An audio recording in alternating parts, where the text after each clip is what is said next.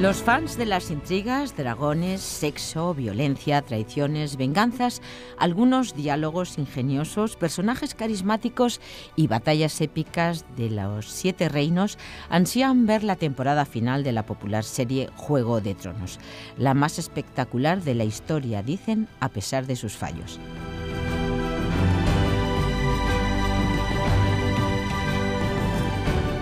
El politólogo Miguel Candelas ha publicado recientemente un artículo en el que realiza un breve curso de política a través de 10 escenas de la serie. Analiza las lecciones de ciencia política que anidan en cada una de ellas. No en vano, Juego de Tronos, como apunta Candelas, es una de las series de ficción que mejor representa las relaciones de mando y obediencia, las distintas formas de ejercer la dominación y la lucha por desequilibrar el balance de fuerzas, lo que es básicamente el juego de poder. El poder, esa capacidad para que otros hagan lo que uno quiere. Miguel, bienvenido y enhorabuena por esta iniciativa con la que, entiendo, has seleccionado 10 diálogos que nos aportan ejemplos y lecciones de teoría y práctica política. Una iniciativa original y novedosa. ¿Qué has pretendido exactamente con este curso? Bueno, en primer lugar, muchísimas gracias por la invitación y por darme la oportunidad de presentar este proyecto.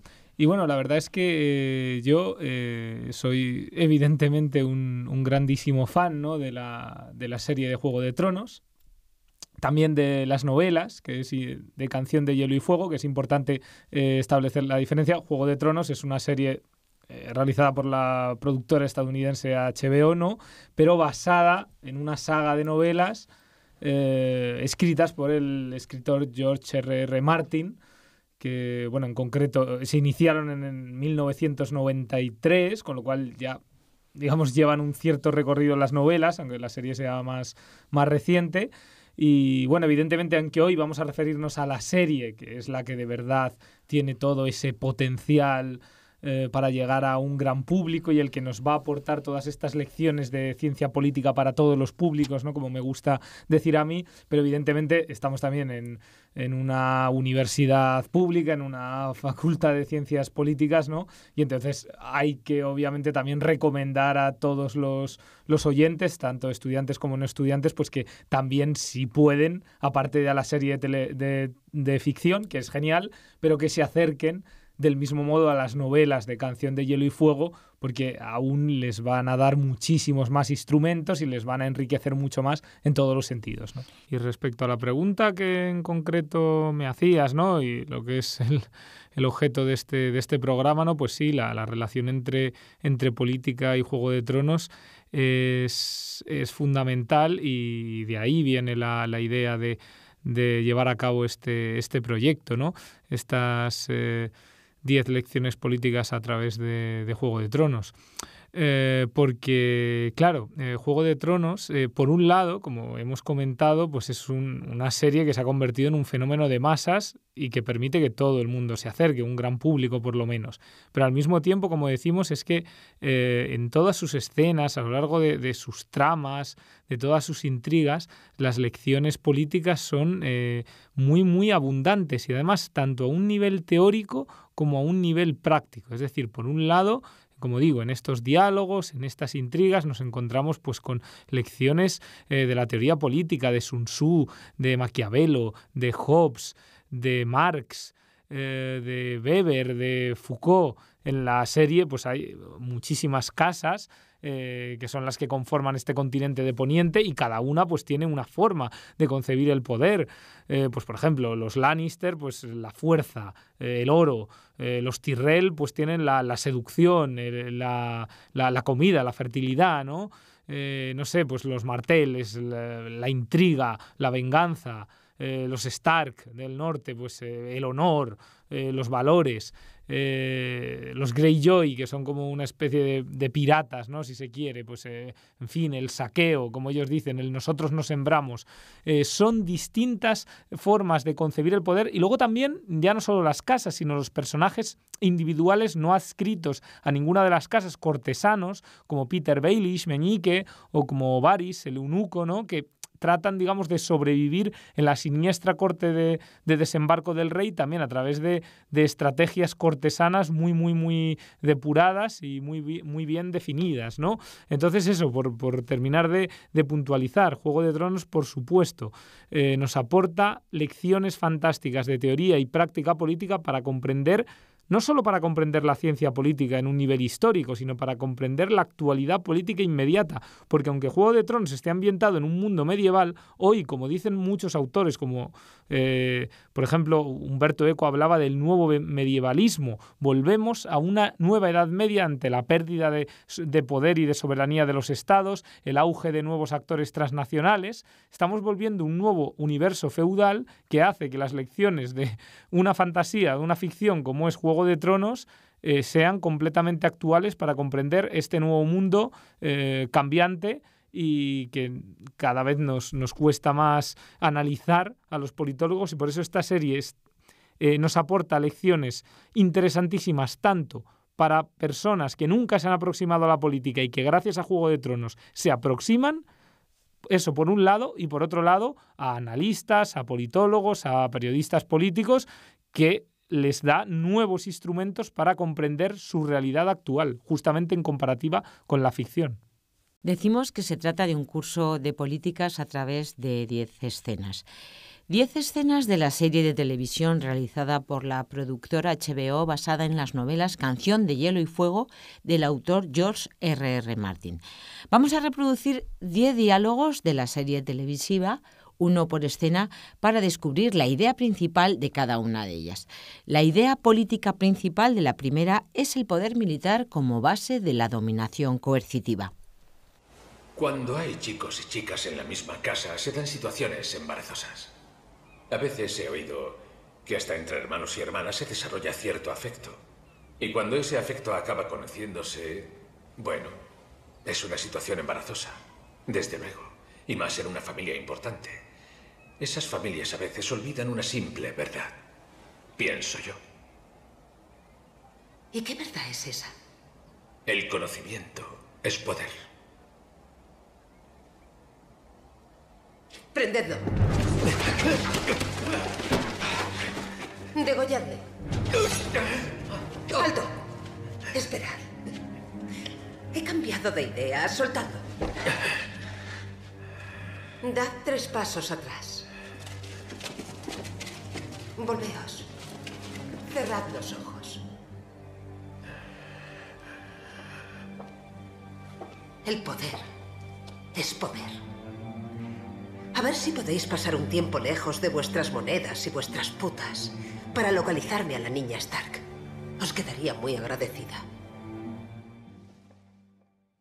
Bueno, en esta escena observamos un interesante diálogo entre el cortesano Peter Baelish Meñique y la despiadada reina Cersei Lannister. Es interesante porque la lección principal que nos muestra es que el origen mismo del poder y la última ratio del poder es la violencia. Una lección clarísima de Realpolitik. El consejero Meñique, que es muy maquiavélico, muy intrigante, trata de alguna manera de chantajear a la reina, haciéndole ver que tiene una información privilegiada sobre su relación incestuosa, ¿no? con su hermano, y que él podría difundirla y que eso le podría causar problemas, ¿no? Y de repente, como vemos, pues la reina le frena en seco, le ordena a los guardias que le maten. En el último momento dice, parad, no le matéis, pero realmente la lección que le dice es, bueno, tú tendrás información, tú tendrás cotilleos, pero al final quien tiene las armas, quien tiene el poder de decidir sobre la vida y la muerte es el que tiene el poder. Y esto es así, es la principal lección desde que el mundo es mundo, en el momento en el que los conquistadores deciden dejar de matar a los prisioneros y consideran que es más fácil esclavizarlos. Desde ese momento hasta ahora, quien tiene las armas, quien tiene el monopolio de la violencia, es quien decimos en ciencia política que tiene, en última instancia, el poder. Reproducimos una escena televisiva de Juego de Tronos en la que el rey Stannis Baratheon dialoga con el presidente del Banco del Hierro, Tychos Nestoris. La idea política principal, el poder económico como motor de la guerra. Bienvenidos al Banco de Hierro. Por favor, sentaos. ¿Qué podemos hacer por vos, Lord Stannis? Él es Stannis, de la Casa Baratheon. Rey de los Ándalos y los primeros hombres, señor de los 7 reinos y protector del reino. El trono de hierro está ocupado por Domin, de la Casa Baratheon, rey de los Ándalos y los primeros hombres, señor de los 7 reinos y protector del reino. No comparte sangre conmigo. Es un bastardo, fruto del incesto, como su hermano antes que él. Sí, hemos oído esa historia. No es una historia, es la verdad. El abuelo del rey cuenta otra historia. Una historia sobre un tío celoso cuyos intentos de usurpar el trono del legítimo rey cuestan mucho a los 7 reinos, en sangre y en oro. Oro que vos le prestasteis. ¿Y creéis que vuestra sangre os da derecho a nuestro oro? Más que a ningún otro hombre vivo. Al otro lado del mar angosto, vuestros libros están llenos de términos como usurpador, loco y derecho de nacimiento. Aquí nuestros libros están llenos de números. Preferimos las historias que narran, más simples, menos abiertas a interpretaciones. ¿Cuántos guerreros os siguen siendo leales? 4000. ¿Y cuántos barcos tenéis? Los que están a flote, Ser Davos, no en el fondo de la bahía de Aguas Negras. 32. ¿Y cuánto trigo, cebada, vacuno y cerdos producís en Rocadragón para alimentar a vuestros 4000 hombres y 32 naves? Nada. Entenderéis que las cuentas difícilmente cuadrarán y tendrán un final feliz, desde nuestra perspectiva. Me temo que debemos, con todos los respetos, declinar vuestra solicitud. Pero os agradecemos que nos honréis con vuestra visita.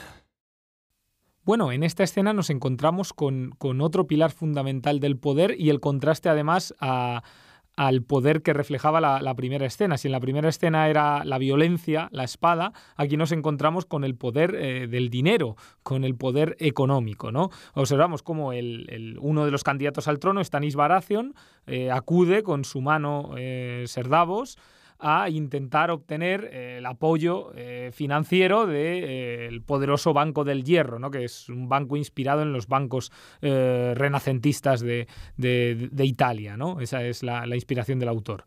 Claro, Stannis ha perdido una batalla muy importante y le quedan pocos soldados y quiere continuar la guerra, y para continuar la guerra, pues, como dice la máxima, el dinero es el motor de la guerra, ¿no? Necesita financiación.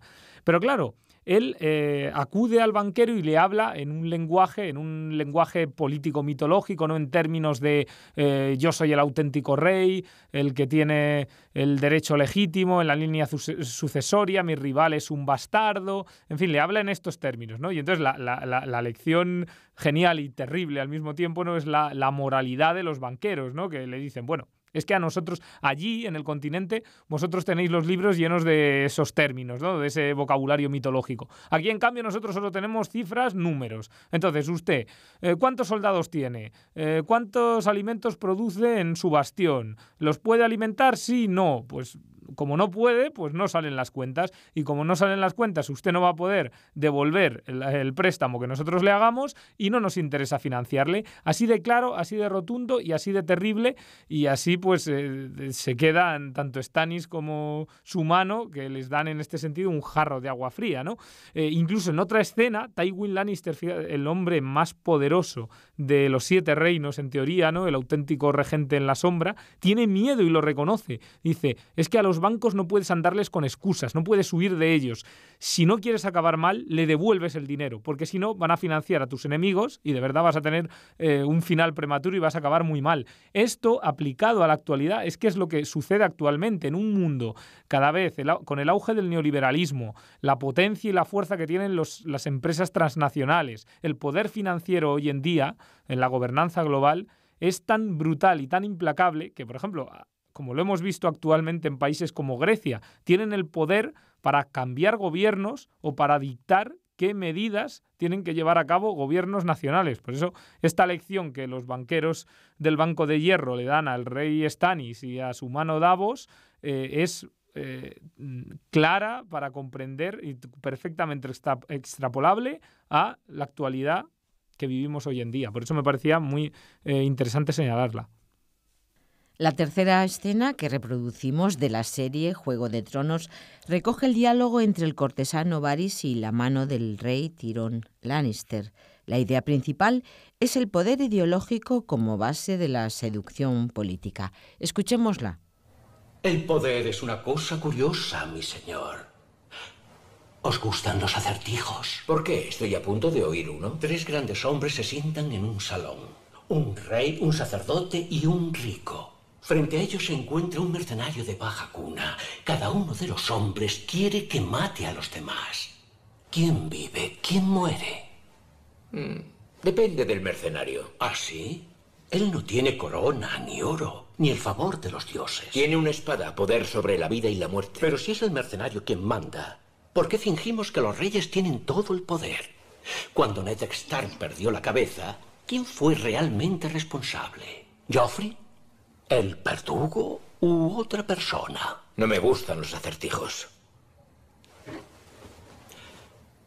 El poder reside donde los hombres creen que reside. Es un truco, una sombra en la pared. Y un hombre muy pequeño puede proyectar una sombra muy grande. Bueno, esta tercera escena es interesantísima, es un diálogo filosófico muy fecundo, en la que, como hemos visto, ¿no? Pues Varys, que es un eunuco, el clásico eunuco cortesano, también maquiavélico, ¿no? Acostumbrado a las intrigas, a la nueva mano del rey. La mano es como el primer ministro, ¿no? Del rey. Con la que ha entablado una cierta amistad, pues le propone ese acertijo, ¿no? Y le dice, bueno, pues hay un rey, una persona muy rica y un sacerdote y un mercenario. El mercenario quiere matarlos a todos, quién vive, quién muere. Entonces, claro, la mano del rey, que tiene ese enfoque que decíamos de poder duro, dice, pues depende del mercenario. Y le dice, entonces, ¿por qué el mercenario obedece a los otros? Entonces dice, claro, porque el poder no es solamente ni el dinero, ni la violencia, como hemos visto en las 2 primeras escenas. Hay algo más, que el poder es una sombra, es un hechizo. Y ahí es donde entra el tercer pilar del poder político, que es la persuasión, la propaganda. Es decir, el mercenario tiene la espada, podría matar tanto al rey como al rico como al sacerdote, pero sin embargo les obedece. ¿Por qué les obedece si él tiene la espada? Pues porque en última instancia hay toda una construcción social de imaginarios, de mitologías políticas, en la cual se desarrolla y se difunde a través de la propaganda, que es el instrumento de la persuasión, que hace finalmente pues que nos pongamos a las órdenes de otras personas por su carisma o por la legitimidad. Es la diferencia que los romanos establecían entre la potestas, que es el poder duro y descarnado, y la autoritas, que es el poder con legitimidad. Y es interesantísimo esto ver, porque esos sacerdotes de la antigüedad que controlaban la propaganda, que vemos en Juego de Tronos, hoy en día han mutado en publicistas, en asesores, pero que finalmente con esas mismas técnicas religiosas siguen plagando nuestra esfera de mitos que nos conmueven, que nos apasionan y que finalmente nos llevan a aceptar el orden actual y el statu quo. Bueno, eso me parecía interesantísima y completa dando lugar a ese triángulo del poder. El poder es un triángulo. La violencia, que lo representa en la primera escena, la economía, que lo representa en la segunda escena, y finalmente la persuasión, en la que lo vemos en esta genial escena del acertijo. La cuarta escena que ha elegido el politólogo Miguel Candelas de Juego de Tronos para describir otra idea política es la que, en su opinión, describiría casi perfectamente el mito político como construcción social. Un diálogo entre Varys y Petyr Baelís. 1 millar de espadas, arrancadas de las manos de los enemigos de Aegon, forjadas con el fiero aliento de Valerion, el terror negro. No hay 1 millar de espadas. Ni siquiera hay 200. Las he contado. Seguro que sí. Qué antigualla más fea. Aunque tiene cierto atractivo. El Lysa Arryn de los asientos. Qué pena tener que conformarse con la segunda opción. Los primeros tiempos, amigo mío. Es halagador, de veras. Que sintáis tal zozobra ante la perspectiva de que obtenga lo que quiero. Contrariaros nunca ha sido mi principal ambición, os lo prometo. Aunque a quien no le gusta ver fracasar a sus amigos de vez en cuando. Tenéis razón. Por ejemplo, cuando frustré vuestro plan de entregar a Sansa Stark a los Tyrell. Si os soy sincero, gocé de una inconfundible sensación de disfrute, sí. Hice cuanto hice por el bien del reino. El reino. ¿Sabéis qué es el reino? Son las 1000 espadas de los enemigos de Aegon. Una historia que coincidimos en contarnos mutuamente una y otra vez, hasta que olvidamos que es mentira. Pero ¿qué es lo que nos queda cuando abandonamos la mentira? El caos. Un foso que aguarda para engullirnos a todos. El caos no es un foso. Es una escalera. Muchos intentan subirla y fracasan. Nunca podrán hacerlo de nuevo. La caída los destroza.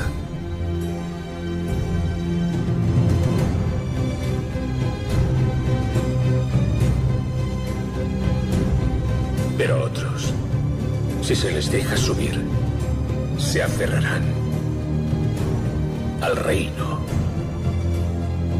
o a los dioses, o al amor. Espejismos. Solo la escalera es real. El ascenso es todo lo que hay.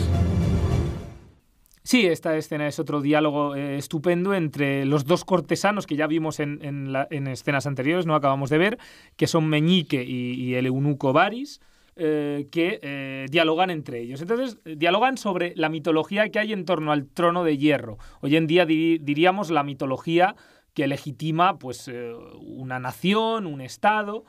Y entonces los dos coinciden que es una mentira, como bien hemos escuchado que dice en la escena, ¿no?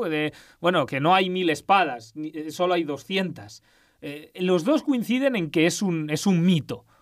Pero claro, difieren en cuanto a la utilidad del mito. Entonces, Varys, el eunuco, él es un jovesiano, un estadista que aunque sabe que eso es una mentira, pero considera que es importante porque el Estado, aunque fundamentado en una mitología y en una mentira, pero el Estado sirve finalmente para proteger a los más débiles, para evitar la ley de la selva. Es el clásico enfoque, ¿no?, que en el Renacimiento tenía gente como Thomas Hobbes. Por eso digo que Varys es un jovesiano.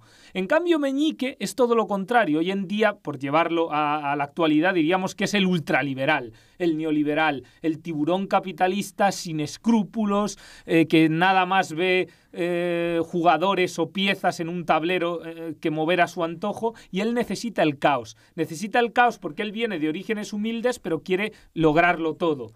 Entonces él necesita que haya follón, que haya inestabilidad. Entonces, claro, es un diálogo interesante porque ninguno de los dos se cree la mitología política, pero uno dice, aunque sea una mentira, es útil, y el otro le dice, no, esto es una mentira y lo único real es el juego de poder, la escalera. Quién sube, quién baja, quién cae. Y el resto son mitos como el amor, como la religión o como el Estado, pero no sirven para nada. Solo es real la escalera, solo es real el juego de poder.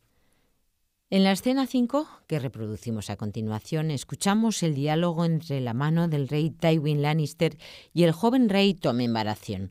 Resalta Candelas como idea política principal los diferentes tipos de liderazgo político y las fortalezas y debilidades de cada uno. En un buen rey, ¿cuál es la cualidad más importante a considerar? No son ni el lugar ni el momento adecuados. La santidad.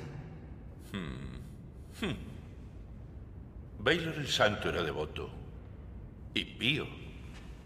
Erigió este septo.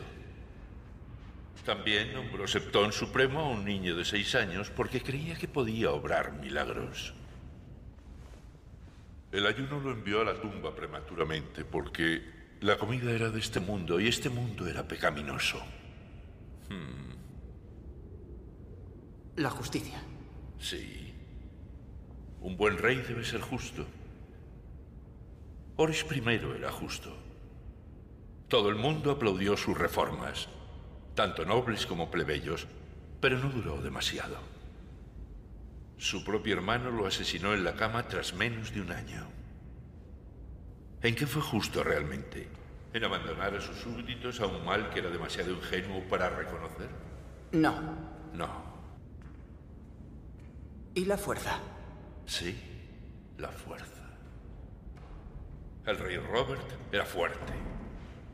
Aplastó la rebelión. Y también a la dinastía Targaryen. Y asistió a solo 3 reuniones del Consejo Privado en 17 años. Y se pasaba el tiempo putañeando, cazando y bebiendo, hasta que estos 2 últimos vicios lo mataron. Así que tenemos a un hombre que se mata de hambre, otro que deja que su propio hermano lo asesine, y a un hombre que cree que vencer y gobernar son la misma cosa. ¿De qué carecen todos?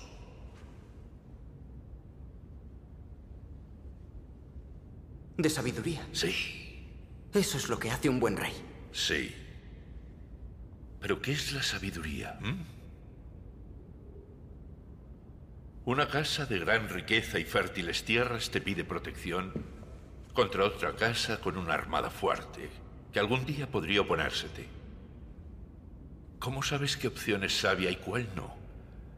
¿Tienes experiencia en tesorería, en graneros o en astilleros y soldados? No. No, claro que no. Un rey sabio sabe lo que debe saber y lo que no. Eres joven. Un joven rey sabio escucha a sus consejeros y atiende sus consejos hasta la mayoría de edad. Y los reyes más sabios continúan escuchándolos mucho tiempo después. Bueno, esta escena es también muy buena porque Tywin Lannister, que es el patriarca de la popular familia Lannister, que es la familia más poderosa, realmente es él quien gobierna, es el poder en la sombra, es la mano del rey, pero el rey es un niño joven, como vemos, ¿no? Es un títere en sus manos. Entonces él le alecciona, le dice, bueno, tu hermano murió, tú vas a ser rey, y entonces en esta escena le muestran los diferentes tipos de liderazgos que hay, ¿no?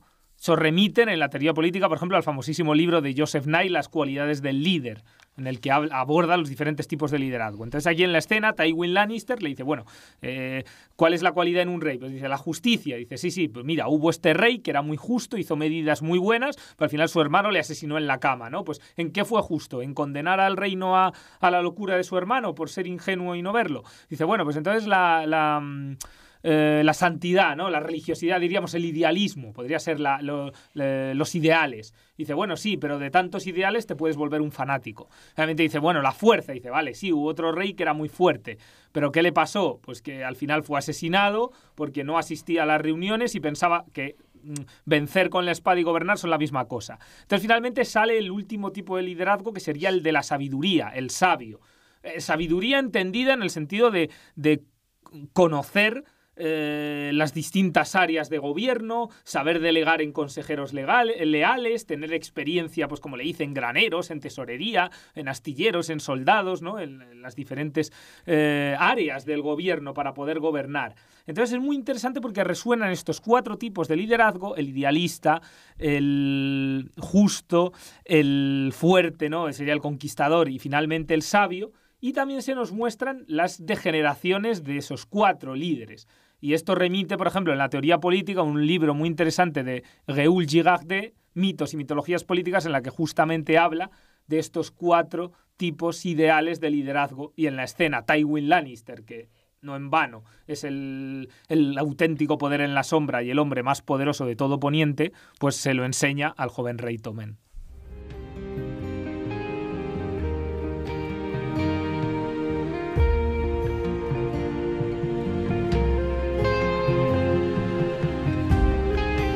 Por si os acabáis de incorporar, os estamos ofreciendo un programa, creemos que original, dentro del tiempo de la UNED, en el que el politólogo Miguel Candelas ha elegido 10 escenas de la serie de televisión Juego de Tronos, basada en las novelas Canción de Hielo y Fuego del autor George R.R. Martin. Con estas 10 escenas ha publicado recientemente un artículo en el que realiza un breve curso de política. Estamos analizando con su ayuda estas lecciones de ciencia política que anidan en cada una de ellas.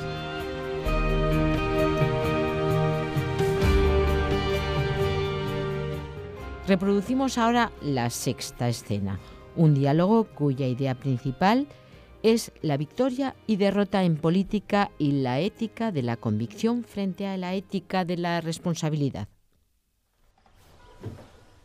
El rey no tiene hijos legítimos. Joffrey y Tommen son bastardos de Jaime Lannister. Así que cuando el rey muera... El trono pasa a su hermano mayor, Lord Stannis. Eso es lo que la ley dicta. A menos... No hay ningún a menos. Es el legítimo heredero. Nadie puede cambiarlo. Y él no puede subir al trono sin vuestra ayuda. Sería más sabio negársela y procurar que Joffrey salga victorioso. Os queda una pizca de honor. Ahora sois mano del rey y protector del reino. Todo el poder es vuestro. Solo necesitáis extenderle la mano y tomarlo. Que haga las paces con los Lannister. Liberad al gnomo. Casad a vuestra hija con Joffrey. Tenemos tiempo de sobra para librarnos de Stannis. Y si el joven Joffrey parece propenso a causar problemas cuando tenga que ascender al trono, bueno, simplemente revelaremos su pequeño secreto y entronizaremos a Lord Renly en su lugar. ¿Nosotros? Necesitaréis a alguien que comparta esas cargas. Os aseguro que mi precio sería modesto. Lo que sugerís es una traición. Solo si perdemos. Hacer las paces con los Lannister, decís. Las paces con la gente que trató de matar a mi hijo. Solo hacemos las paces con los enemigos, mi señor. Por eso se llama hacer las paces. No. No lo haré. ¿En ese caso será Stannis y la guerra? No hay más remedio. Es el heredero. ¿Y por qué me habéis convocado? No por mis consejos, está claro. Prometisteis a Catelyn que me ayudaríais. La reina tiene una docena de caballeros y 100 hombres armados. Suficientes para vencer a lo que queda de mi guardia personal. Debo hacerme con los capas doradas. La guardia de la ciudad tiene 2000 hombres. Han jurado defender la paz del rey. Miraos. Sabéis lo que queréis que haga. Sabéis que debe hacerse. Pero eso no es honroso, así que las palabras se os ahogan en la garganta. Cuando la reina proclame a un rey y la mano proclame a otro, ¿la paz de quién protegerán los capas doradas? ¿A quién seguirán?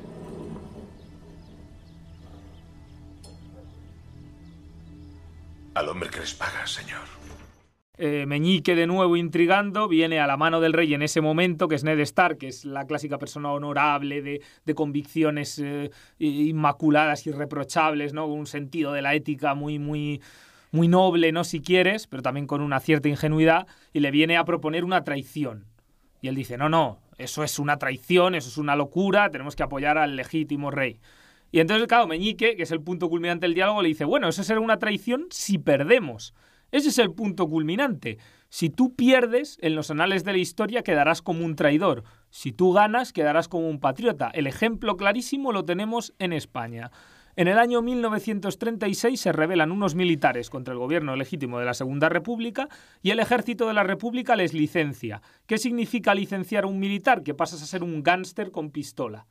Bueno, pues esos gángster con pistola ganaron la guerra civil y se impusieron un relato en las que ellos eran los patriotas y el gobierno legítimo eran los traidores, los judío-masones, los rebeldes.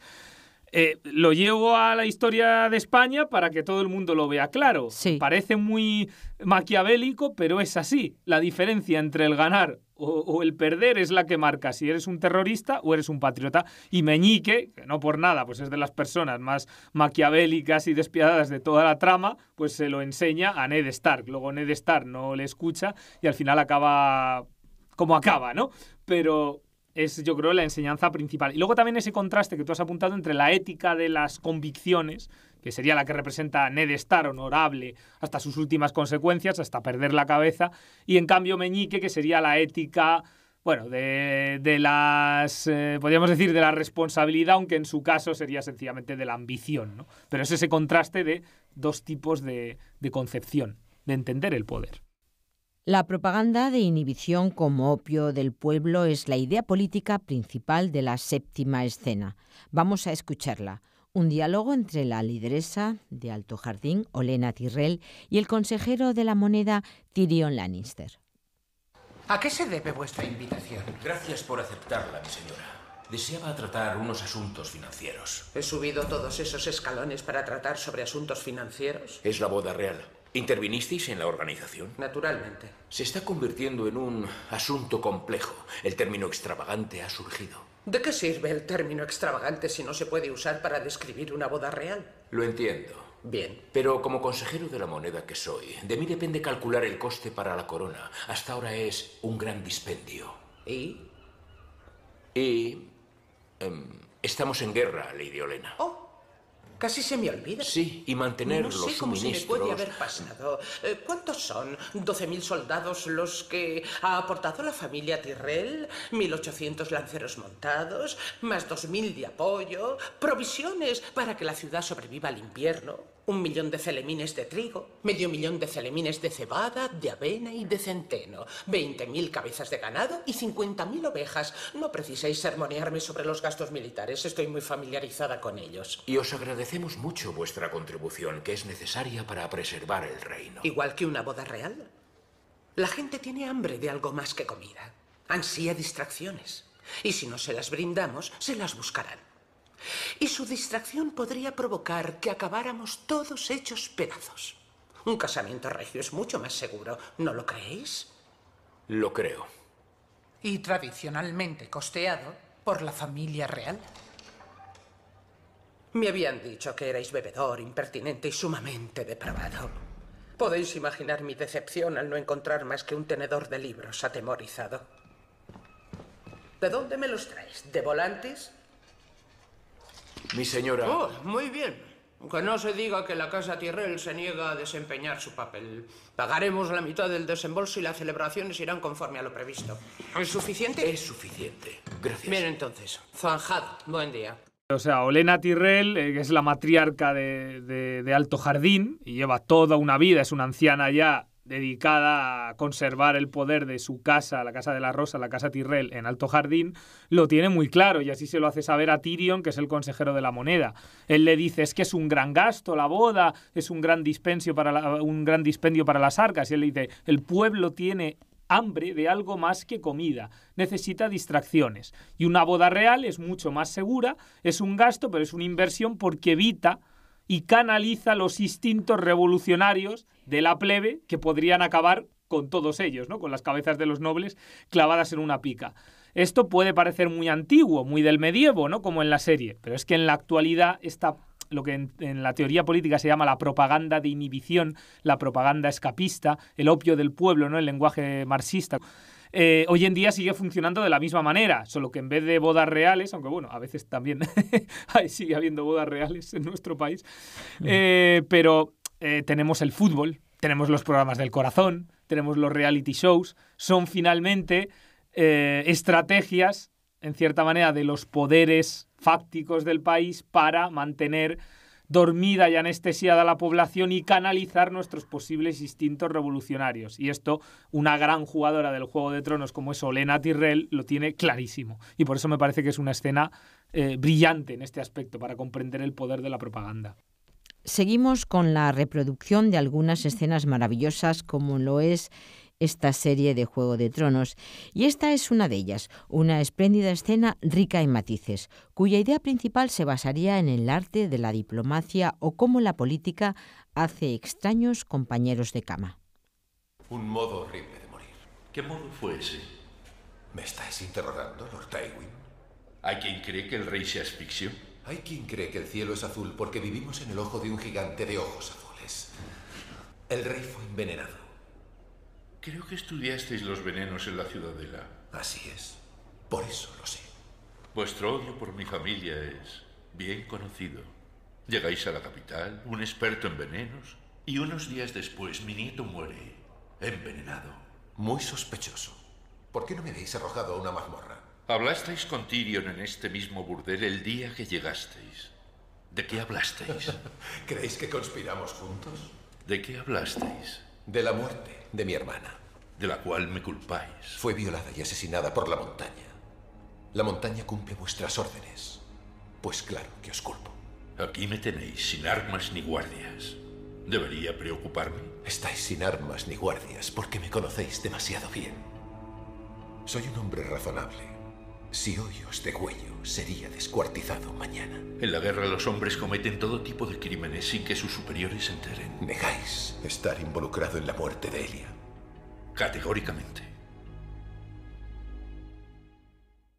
Me gustaría hablar con la montaña. Seguro que gozaría hablando con vos. Quizá no goce tanto como cree. ¿Podría concertar esa reunión? Pero claro está, queréis algo a cambio.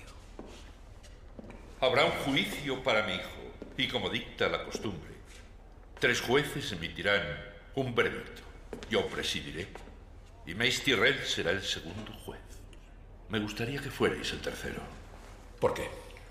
Hace poco los Tyrrell se alinearon con Renly Baratheon. Se declararon enemigos del trono. Ahora son nuestros aliados más fuertes. Hicisteis reina a la joven Tyrrell.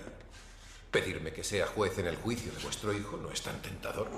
También os invitaré a sentaros en el consejo privado como uno de los principales consejeros del nuevo rey.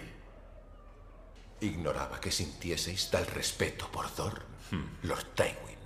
No seremos los 7 reinos hasta que Dorne regrese a la Alianza. El rey ha muerto. Los Greyjoy sufren una rebelión. Un ejército de salvajes marcha sobre el muro. Y en el este, la chica Targaryen tiene 3 dragones. Tardará poco en poner sus miras en Poniente. Solo los dornienses lograron resistir ante Aegon Targaryen y sus dragones. Así que nos necesitáis. Ha de resultaros difícil admitirlo. Nos necesitamos. Ayudadme a impartir justicia con los asesinos del rey y os ayudaré a impartir justicia con los de Elia. Bien, sí, como acabas de comentar, el pilar fundamental de esta escena es la diplomacia, que hoy en día en el que la rama de la ciencia política, denominada las relaciones internacionales, está tan desarrollada, pues sin duda lecciones diplomáticas también son muy útiles para que cualquier politólogo o interesado por la política analice, porque hoy en día además la geopolítica, en fin, la vemos en todos los medios de comunicación, es muy importante comprender, ¿no?, el fenómeno de las relaciones internacionales y la diplomacia.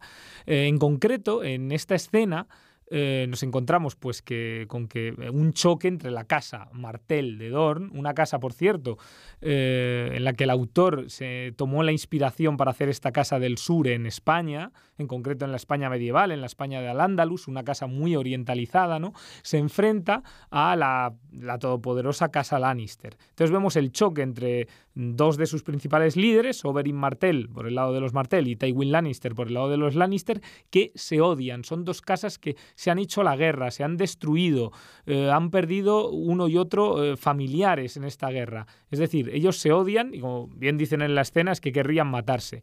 Sin embargo, y ahí es donde viene la cuestión de la diplomacia, entierran temporalmente sus diferencias, además en el espacio de los 2-3 minutos que dura el diálogo, ante una amenaza exterior y ante intereses comunes que ambos pueden sacar.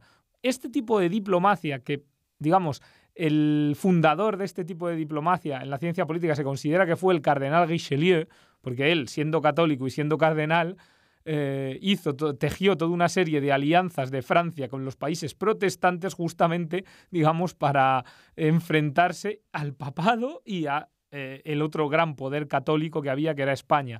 Pues es un tipo de diplomacia, aunque evidentemente hay ejemplos antes de este tipo de diplomacia. No sé, en la España medieval, por ejemplo, las alianzas de cristianos con musulmanes contra otros cristianos, o al revés, de musulmanes con cristianos contra otros musulmanes.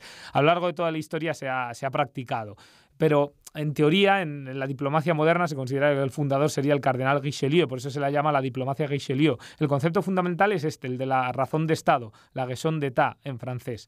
Y entonces, aquí en la escena, tanto Oberyn Martell como Tywin Lannister lo que muestran es que en base a esta razón de Estado vamos a olvidar las afrentas del pasado y esa popular frase de el enemigo de mi enemigo, ¿no?, pues se convierte en mi amigo, o viceversa, o el amigo de mi enemigo es mi enemigo, pues es clarificadora para comprender este elemento de la diplomacia de Richelieu, que luego pues otros como Henry Kissinger en el siglo XX también han practicado y que se practica fundamentalmente. La lección es esa, hay que olvidar las afrentas del pasado y el amigo de hoy se puede convertir en un enemigo mañana y el enemigo de hoy se puede convertir en un amigo mañana, por lo tanto, por así decirlo, lo que nos muestran tanto Oberyn como Tywin es que, en fin, hay que dejar pasar las afrentas del pasado ante intereses políticos, ante la razón de Estado. Y lo que hay que hacer, si hay que aliarse con tu peor enemigo, pues bueno, ya ajustarás cuentas con él si se presenta la oportunidad más tarde. Pero hoy por hoy hay una amenaza exterior y, como dicen, pues Oberyn pasa a formar parte del Consejo Real del rey Lannister y los Lannister pues ayudarán a Dorne y se entierran temporalmente las diferencias ancestrales que tienen estas dos casas. Por eso me parecía una escena muy buena, además para adaptarlo, como digo, hoy en día a la geopolítica mundial y a las relaciones internacionales, donde no paramos de ver ese tipo de alianzas contra natura. Estados Unidos aliado con islamistas contra, en el pasado, comunistas y hoy en día contra Rusia, por ejemplo, o al revés igual, ¿no? Es decir, este tipo de diplomacia es fundamental y esta escena lo ejemplifica muy bien. Sí, hay una consideración oriental en torno al arte de la guerra y es que hay que tratar de derrotar al enemigo sin lucha. Creo que es importante destacar esto para hablar de la escena 9, en la que la idea principal que recoges es el arte de la guerra y el conocer a tu enemigo antes de luchar. Este castillo es de la casa Frey. Sois un usurpador. En nombre del rey Tommen os ordeno que os rindáis ¿Mataréis a Edmure? Mi sobrino está marcado para la muerte, pase lo que pase. Colgadlo y acabad con esto. No me detendré en Edmure. Me obligaréis a asaltar el castillo. Cientos morirán. Cientos de los míos, miles de los vuestros. Si traspasáis los muros. Los traspasaré. Y mataré hasta el último de vosotros. Pero si os rendís, perdonaré la vida a vuestros hombres. Por mi honor. ¿Vuestro honor? Negociar con perjuros es construir sobre arenas movedizas. La guerra ha terminado. ¿Por qué sacrificar hombres por una causa perdida? Mientras me tenga en pie, la guerra no habrá terminado. Este es mi hogar. Nací en este castillo y estoy dispuesto a morir en él. Así que podéis atacarnos o intentar matarnos de hambre. Tenemos provisiones para 2 años. ¿Contáis con 2 años, matarreyes?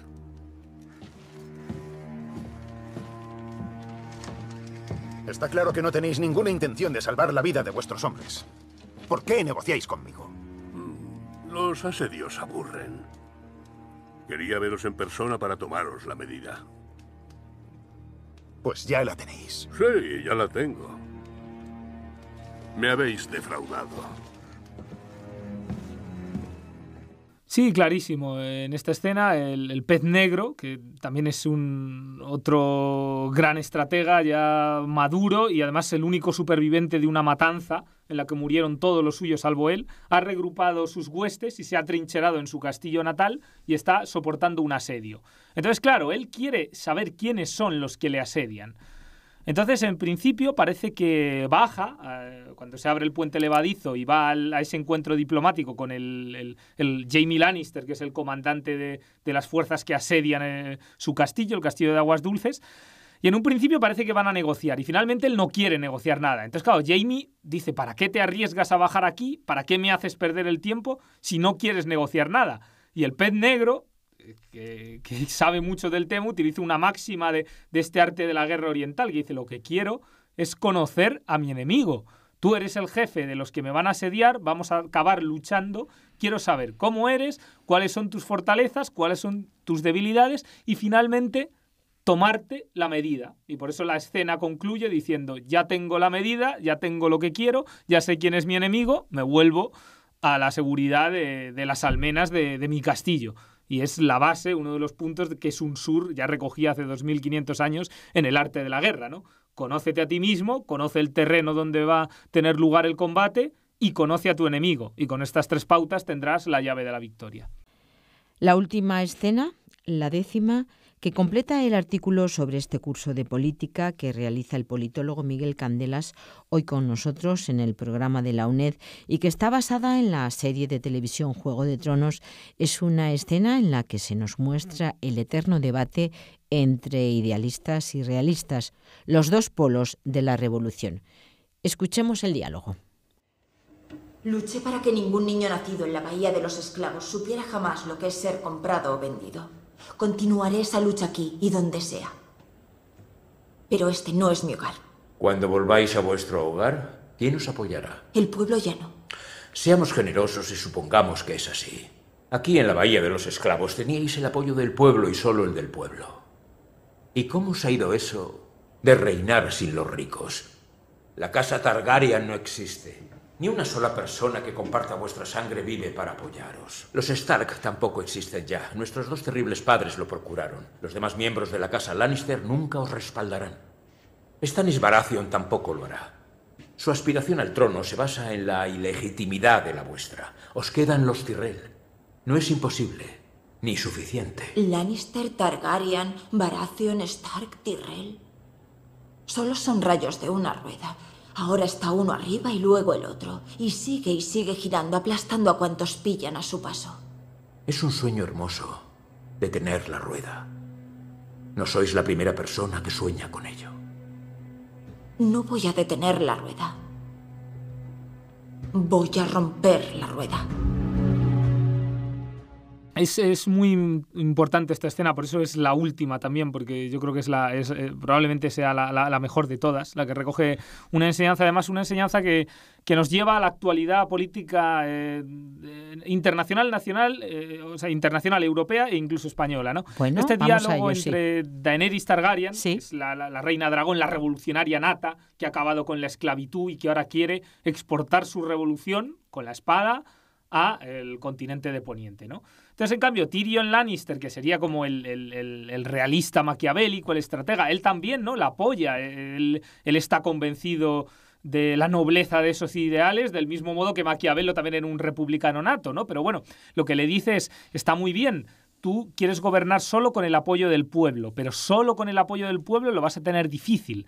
Entonces dice, de alguna manera tendrás que sumar a los ricos al proceso, o algunos de ellos. Y le comienza a hablar de la relación de fuerzas, ¿no?, en Poniente. Existen estas familias, estas te podrían apoyar, estas no, estas ya no existen. Bueno, lo vas a tener complicado, ¿no?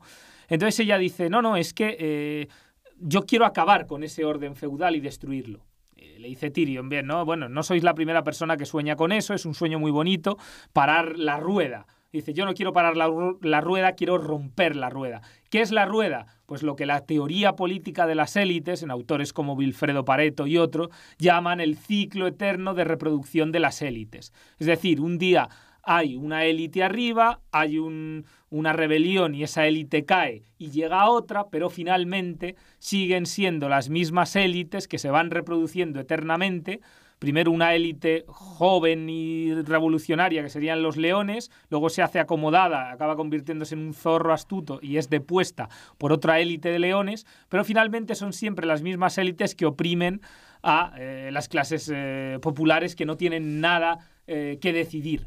Hay una novela famosísima, ¿no?, en la historia de la literatura universal, que es Rebelión en la granja, de George Orwell, en la que se muestra esta enseñanza, que aquí en esta escena Daenerys y Tyrion nos muestran entre esa contraposición entre el idealismo revolucionario y el realismo maquiavélico. Llevado a la actualidad, esto es lo que representa las luchas intestinas en la izquierda que llevan habiendo desde la Revolución Francesa hasta nuestros días. Jacobinos contra girondinos, comunistas contra socialdemócratas. Y en la actualidad, pues por ejemplo, por llevarlo al país, pues por ejemplo, las luchas que hay en un partido como Podemos político entre Pablo Iglesias y Errejón, o en el PSOE entre Pedro Sánchez y Susana Díaz, finalmente claro, son eso. El fin último parece que está claro que es el mismo, la emancipación de la clase trabajadora, son ideales nobles, pero al final hay una batalla terrible entre el idealismo, el realismo, la rebelión y la revolución. Y esto es lo que muestran Daenerys Targaryen y Tyrion Lannister,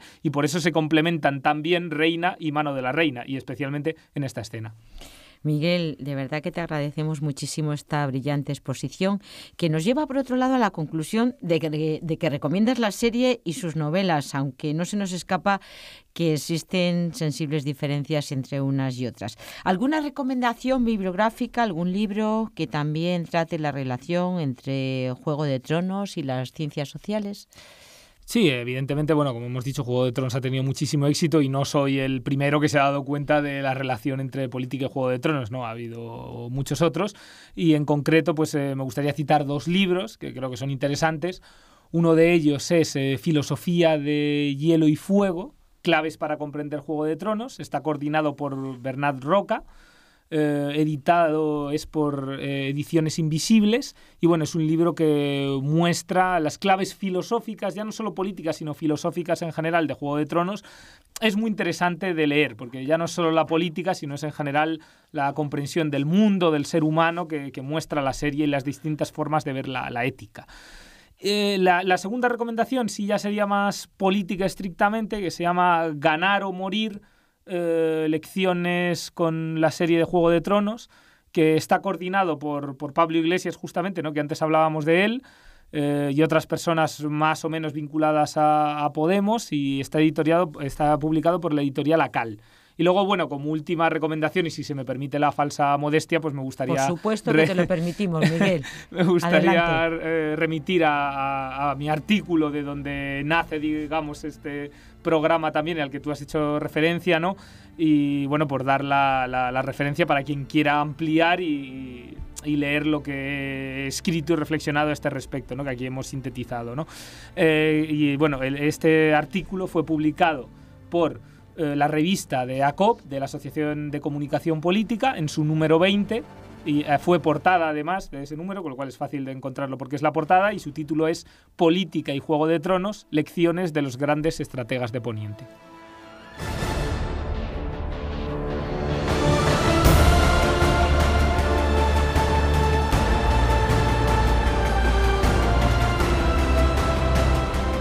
Miguel Candelas, politólogo y autor de esta original iniciativa que hoy ha desgranado en este tiempo de la UNED.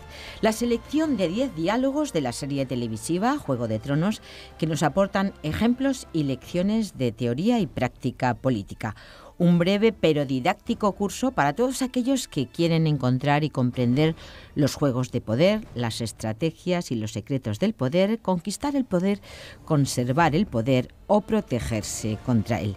10 situaciones, como nos ha contado Candelas, acontecidas en un universo medieval fantástico, pero perfectamente adaptable a la actualidad política contemporánea, al mundo real, donde también, curiosamente, parece que nos avecinamos hacia una nueva edad media, caótica y carente de seguridades. En definitiva, 10 discusiones, disertaciones y reflexiones sobre el poder llevadas a cabo por los mejores jugadores de Poniente de este despiadado juego, el Juego de Tronos, donde o ganas o mueres.